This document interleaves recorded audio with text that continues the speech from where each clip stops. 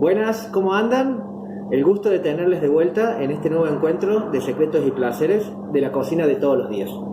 En esta ocasión vamos a charlar de una manera, de una forma un poco más teórica, con una introducción sobre un grupo de alimentos que es súper importante para la raza humana, como son productos del mundo de la agricultura, ¿sí?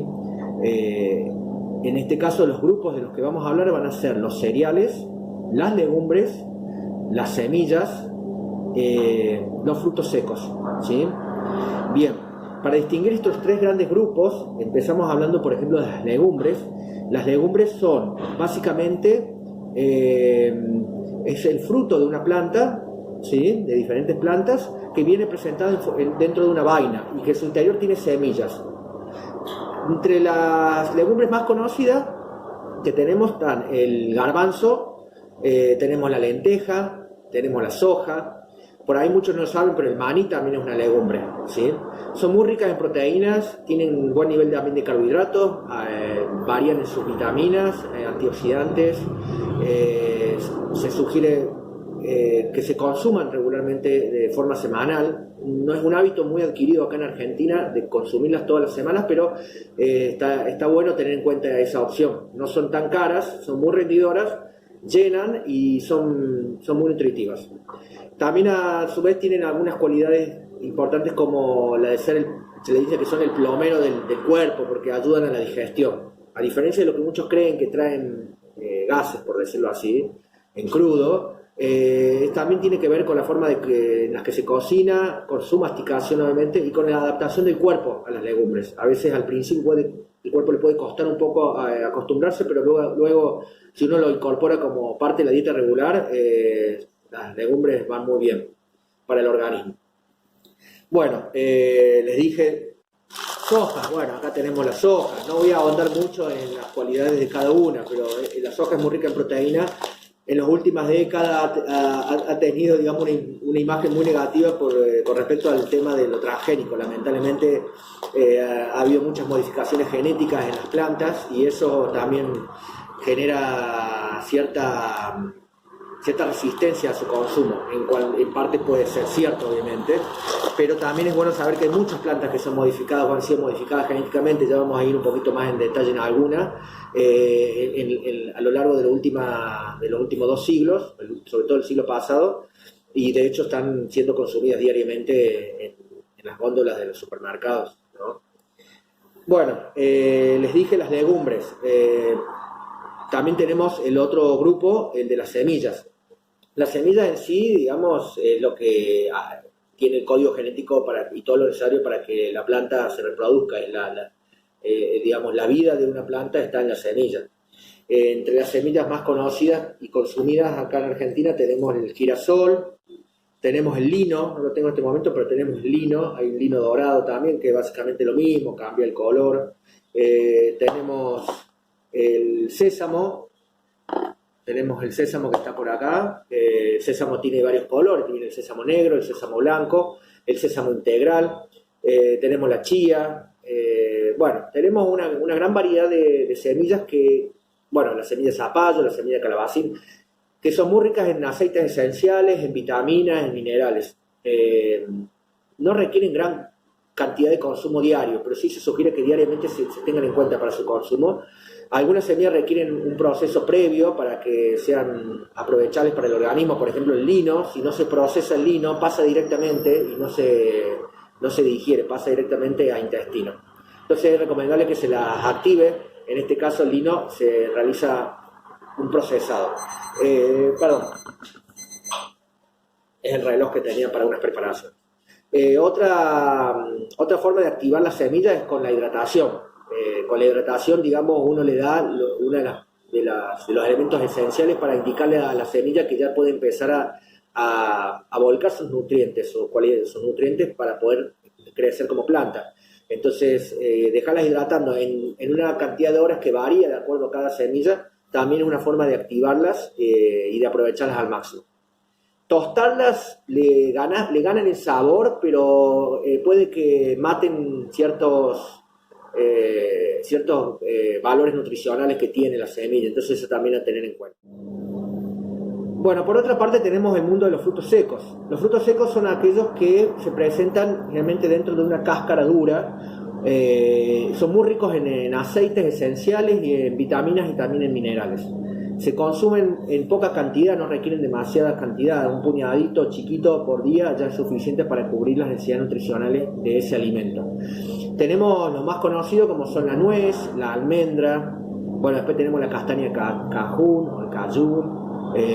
Tenemos las castañas en general, tenemos macadamia, que es un producto de frutos secos que no se conoce tanto acá y es muy rico en antioxidantes.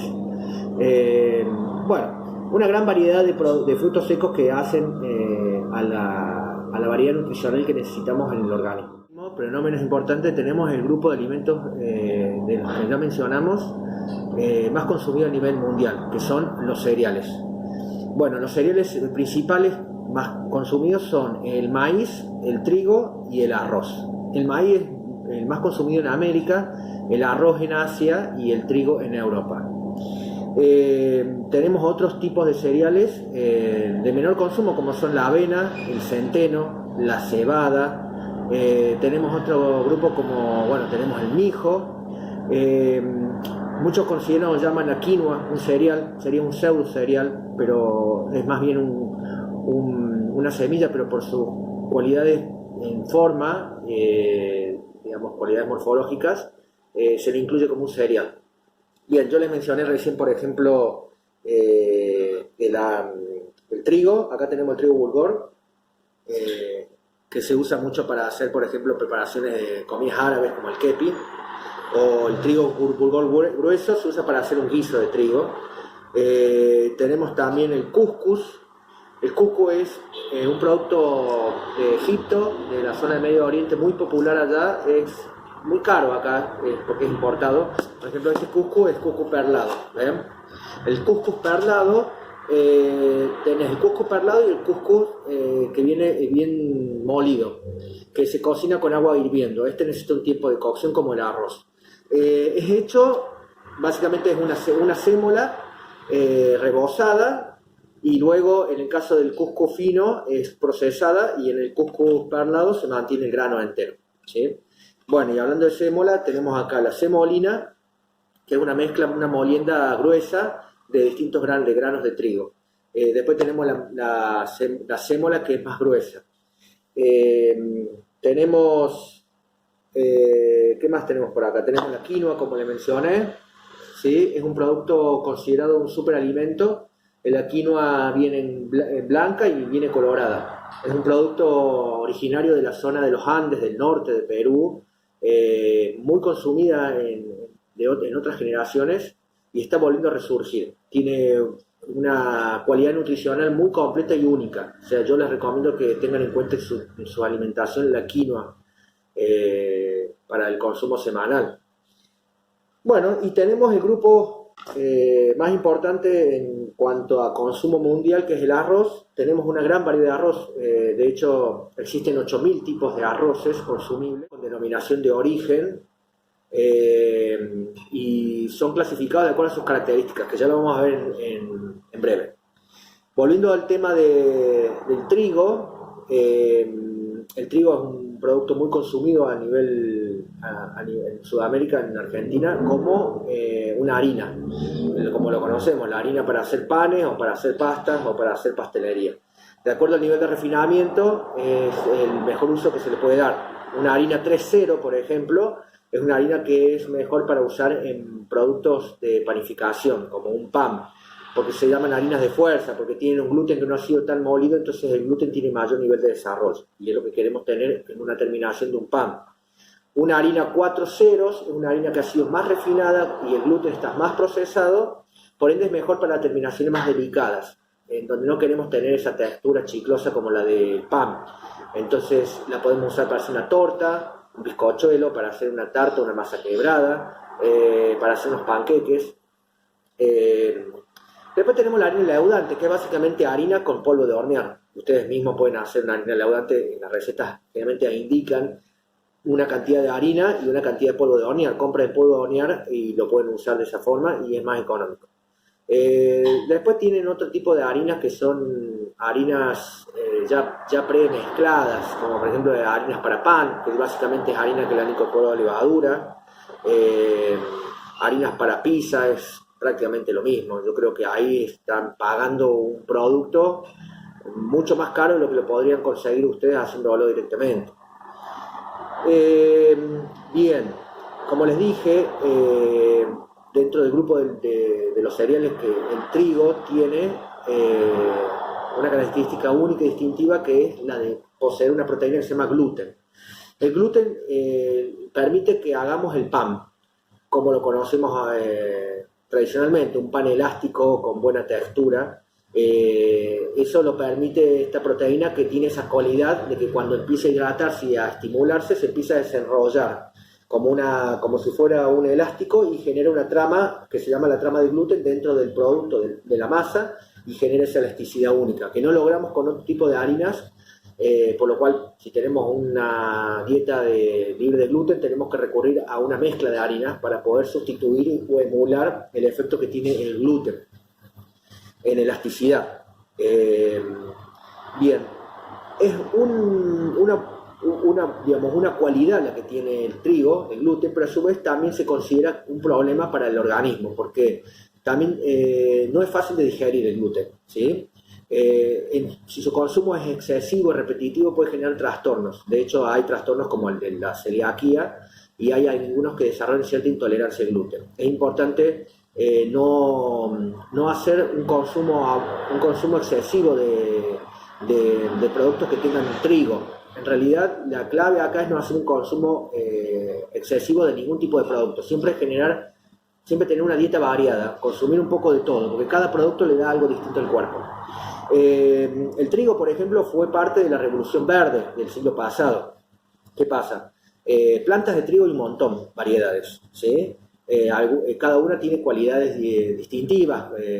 Por ejemplo, el trigo, el fideo que conocemos nosotros, el fideo seco, se hace con un trigo que se llama trigo candial. Hay otros trigos que se usan para productos de panificación, y bueno, y así sucesivamente. Pero a partir de la Revolución Verde, que significó un gran salto tecnológico y un avance en la manipulación genética de plantas, para poder desarrollar plantas mucho más resistentes a condiciones ambientales, a pesticidas, y que tuvieran un nivel calórico mayor para alimentar a la sociedad, mantener las sociedades más saciadas, pero en detrimento de muchas cualidades nutricionales que tenían las plantas más silvestres, o cultivadas artesanalmente, si le podemos llamar así. El trigo en particular fue parte de este movimiento, y lo que llevó a que los productos que se consumen que tienen trigo provienen de plantas que son un cierto número de plantas, no son demasiadas las que se usan para producir alimentos a base de trigo, y no son las que mejor cualidades nutricionales tienen, sino que son las que mejor cualidades en carbohidratos tienen. Entonces ese es un problema, porque tienen gran cantidad de carbohidratos, son pobres nutricionalmente, y el sumado al gluten también hacen que el producto, si se consume regularmente y no se varía, puede generar ciertos problemas. Por eso es importante tener en cuenta este dato. No es que el trigo sea un enemigo para el consumo, sino que hay que saber consumirlo, no hay que abusar. Hablar de las preparaciones con arroz. El arroz se encuentra en una gran variedad de platos, como desde los platos dulces, por ejemplo, como el arroz con leche, el conocido arroz con leche, a los guisos de arroz, a un arroz hervido, a un salteado de arroz asiático, a un risotto, es como un guiso italiano de arroz, a una paella. También en el sushi se encuentra el arroz. También se usa para otros productos, como por ejemplo las torrejas de arroz. Bueno, infinidad de productos de comida se hacen con el arroz. En este caso les voy a hablar sobre la técnica más básica para hacer arroz, que es la de la cocción con agua en un medio líquido. Es una cocción muy simple, pero que es importante saber manejar la técnica para que no terminemos con un arroz sancochado, como suele pasar. Bueno, hay 4 o 5 puntos claves para considerar en este proceso. El número 1 es que cuando vamos a cocinar un arroz en un medio líquido, tenemos que tener en cuenta que lo que no queremos es liberar tanto el almidón. ¿sí? Porque el almidón es esa sustancia pegajosa que va a hacer que nos quede sancochado. ¿Cómo podemos lograr controlar un poco más la liberación de almidón en el medio líquido cuando lo cocinamos? Es, uno, podemos lavar el arroz reiteradas veces hasta retirarle el exceso de almidón. Vamos a ver que cuando lo vamos lavando el arroz va alargando un color blanquecino, ese es el almidón que va siendo liberado y ese almidón es para descartar. Vamos a renovar el agua y vamos a seguir moviendo el arroz y vamos a descartar esa agua. Eso lo hacemos 6-7 veces hasta que el agua quede un poco más transparente. Bien, descartamos esa agua y vamos a usar el agua correspondiente para la cocción. En el arroz blanco serían 2 partes de agua, 1 parte de arroz. Generalmente se usa el dedo como indicador que supere un dedo la altura del arroz, el agua. Puede usarse agua o caldo si uno quiere darle más sabor. Bien, ahí hay muchas variantes. Lo básico, sin considerar otras variantes, es agua, arroz, un poco de sal, ¿sí? Uno le puede agregar después ajo, cebolla, para darle un toque de sabor y también incluso para ayudar a mantener los granos más separados. La cebolla cumple una buena función, la cebolla picada, sofritada previamente. Entonces el paso número 1 era lavar el arroz, si queremos que no tenga tanto almidón, varias veces. El paso número 2, a tener en cuenta que esto es para todo, el arroz es una cocción en agua, no es por hervor, sino por vapor. Entonces, ¿qué quiere decir esto? Que nosotros, una vez que rompe hervor el agua, con el arroz adentro, bajamos inmediatamente el fuego al mínimo. No queremos que el agua hierva, tiene que ser un hervor bajo, ¿sí? No queremos esa ebullición constante, porque esa ebullición va a hacer que largue más rápido y mayor cantidad de almidón en el grano y vamos a terminar de vuelta con ese sancocho. Otra recomendación es siempre tapen la olla del arroz cuando lo estén cocinando en agua, porque recuerden que es una cocción en vapor, no en hervor. Entonces ese vapor que no se escapa porque tenemos la tapa es el que hace que la cocción del arroz se realice de manera suave y delicada. Si no, lo hacemos sin tapa, lo que vamos a tener es un arroz que va a tardar más tiempo cocinarse, a su vez el agua se va a evaporar más rápido y por ende vamos a tener que estar agregándole agua para poder terminar la cocción, y ahí es donde perdemos control del tiempo de cocción, de la cantidad de líquido. No vamos a lograr terminar el arroz con todo el líquido consumido, como sería lo ideal. Bueno, otra forma de ayudar a que esta idea de que el arroz no se pegue es agregarle agregarle un chorrito de limón al agua. Eso ayuda a que los granos se separen mejor y se mantengan más blancos. Cuando el arroz esté listo, el arroz aproximadamente es de entre 12 y 15 minutos el tiempo de cocción, ¿sí? Depende del grano, pero básicamente un tiempo estándar es 15 minutos en el hervor bajo, como les dije, con la olla tapada. Una vez que ese tiempo está cumplido, ahí lo dejan 5 minutos al costado del fuego descansando para que el vapor residual termine de cocinar el grano. Una vez que está listo, yo les recomiendo que con un tenedor empiecen a lo que se llama graneado, empiecen a desgranar, a separar los granos de forma delicada, a raspar toda la superficie hasta llegar a la totalidad del arroz con el tenedor, separarlo, ¿sí? Eso va a ayudar a que no se solidifique, no se enfríe de forma compacta como se encuentra y se termine pegoteando también. Bueno, esas son recomendaciones que son parte de la técnica de cómo cocinar un arroz, cómo se hace básicamente, para que lo puedan ver en vivo. Les voy a mostrar un poquito algunos granos para que puedan familiarizarse. Acá tenemos uno de los cereales, como les mencioné, la cebada. ¿Sí? Es un producto que se consume mucho en Norteamérica, es un producto que, hablando en criollo, es muy llenador, ¿sí? Tiene un gran nivel de almidón. Se puede conseguir en las dietéticas. También se puede hacer guisos como se hace con un arroz, con la cebada. Como les mencioné, tenemos el cuscús perlado, que también se cocina como un arroz y se puede hacer como un guiso también. Después viene el cuscús fino, que ese simplemente con agua hirviendo se coloca la misma cantidad de agua hirviendo que la cantidad del cuscús y ya está cocinado. No hace falta ningún hervor. Tenemos el yamaní, yamaní, que es el más buscado dentro de las dietéticas, ¿sí? Tenemos el trigo burgol, ¿sí? El trigo burgol.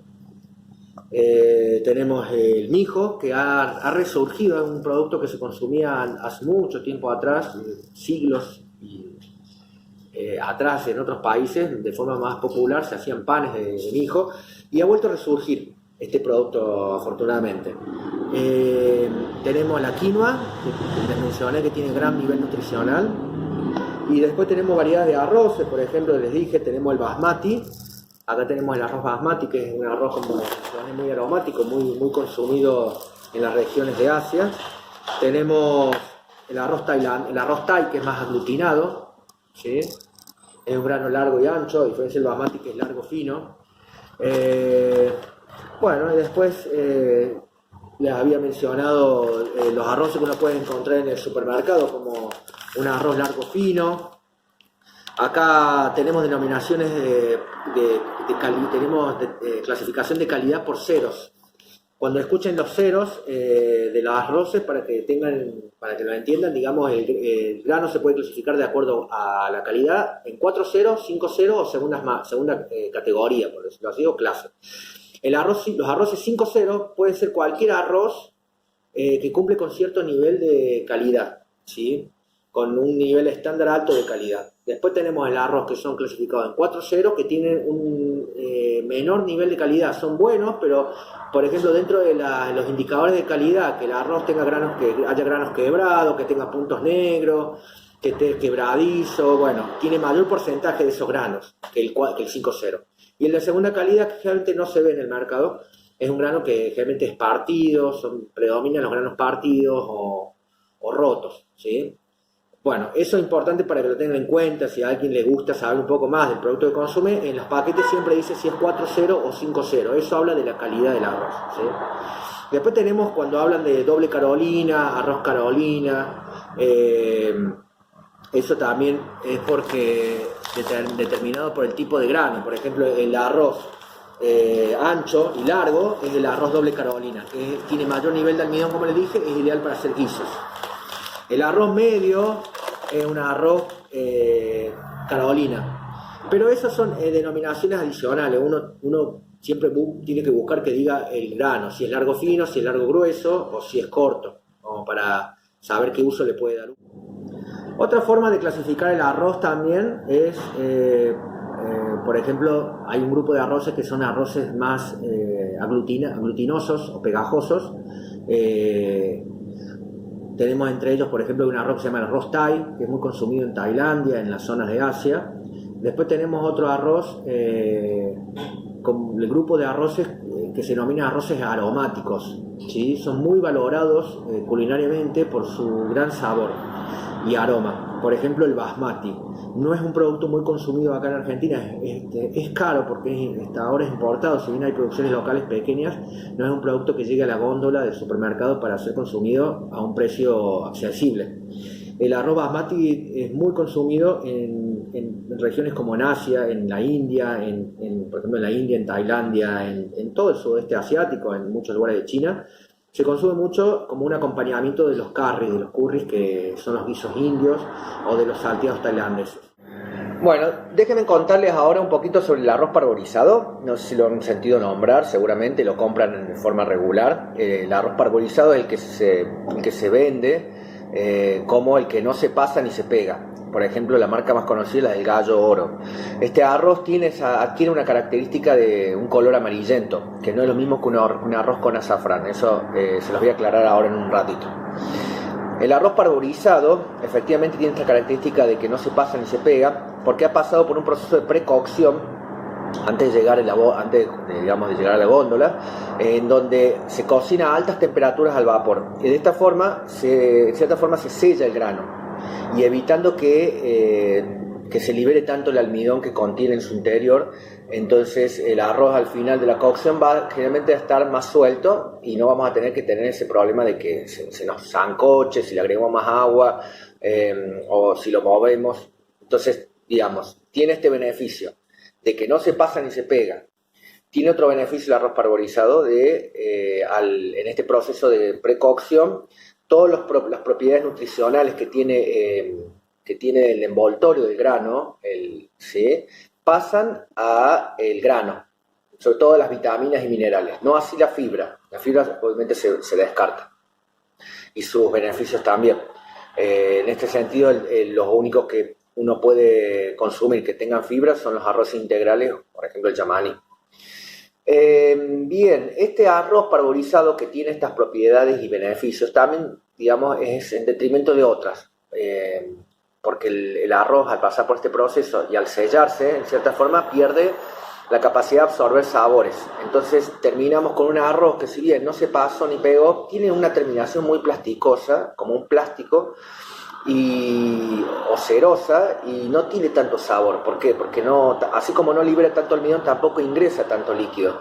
Entonces el intercambio de sabores con el medio donde se cocina es mucho menor, y vamos a tener un arroz con menor sabor que un arroz de los que le conté anteriormente, como el arroz blanco tradicional, el largo fino o el largo ancho, por nombrar algunos tipos. Esto es importante para que ustedes lo tengan en cuenta, porque uno a veces, mucha gente consume el arroz parbolizado de manera regular, porque es más fácil de cocinar, pero entiendan de que este arroz va a tener menos calidad culinaria que los otros. Cuando quieran hacer un arroz de mayor sabor, les recomiendo que vayan por los otros arroces. No quiere decir que no lo pueden usar, el parbolizado perfectamente se usa y queda bien, ¿no? Es una opción de batalla para el día a día. Y respecto al color que tiene este arroz, no hay que confundir este arroz por el color que tiene amarillento, que es propio de la precocción que tuvo, con el azafrán. ¿Sí? No es un arroz que tiene azafrán, no es un arroz que tiene rofrán, que es otra forma, otra mezcla de especies. ¿Cómo es el tema del azafrán? A ver, para dejarlo bien en claro. Azafrán hay uno solo. Se considera el azafrán la especie más cara del mundo. Es más caro que el oro, imaginen. Pero no requerimos grandes cantidades para hacer una comida. Si ustedes quieren comprar azafrán para hacer una preparación específica, por ejemplo, la más tradicional, la paella, les recomiendo que inviertan y compren el azafrán en hebras, que viene como una tapita redondita de plástico con una tapa transparente, y se puede ver en el interior las hebras que son coloradas de azafrán. Bien, ese es el azafrán auténtico. Después tenemos otros azafranes que vienen en pastillas, que están en polvo. Por lo general son un poco adulteradas, no son puros azafrán. Tienen cúrcuma, tienen otras especies que le van a dar también el color a la preparación. Pero no le están vendiendo azafrán puro. Y después tenemos otra mezcla de especies, que es el rofrán, ¿sí? Que es esta. Este no tiene azafrán, básicamente tiene cúrcuma, puede tener mezcla de especies, bueno, como el curry, que también es otra opción, pero tiene otros sabores mucho más intensos que, bueno, hay que tener en cuenta de acuerdo a qué preparación queramos hacer, ¿sí? O sea, estas son otras opciones para darle color al arroz, ¿bien? Hablando de colores, hay arroces negros, que son en sí negros por la corteza, por la cáscara que tienen. Se llaman arroz negro, que es muy buscado en otros países, muy valorado, como por ejemplo en China, creo que ya lo mencioné. Tenemos el arroz salvaje, que es negro, es oscuro también, que creo que ya lo mencioné, que es una gramilla, no es un arroz. Y después tenemos el arroz negro hecho de manera personal, digamos, con lo que se llama, lo que es la tinta de calamar. El arroz negro se puede hacer con la tinta de calamar para hacer algún tipo de plato. Generalmente va muy bien con los platos de mar, con los mariscos. Esta misma tinta de calamar se puede usar para hacer las pastas negras también. Simplemente es disolviendo en el líquido uno de los sachecitos, y después el mismo líquido va a hacer su trabajo y le va a dar la pigmentación al arroz. Bien, espero que haya quedado aclarado sobre todo el tema del arroz parbolizado, cómo se hace, qué es, qué beneficios tiene, y también qué contras tiene a nivel sabor. También que les haya quedado también aclarado el tema de los colores de los arroces, el azafrán realmente, cómo es el azafrán, otras opciones que por ahí no son azafrán realmente, pero son para dar color. Esto está bueno para que lo tengan en cuenta a la hora de elegir qué arroz, qué color o qué especias van a usar para hacer alguna preparación.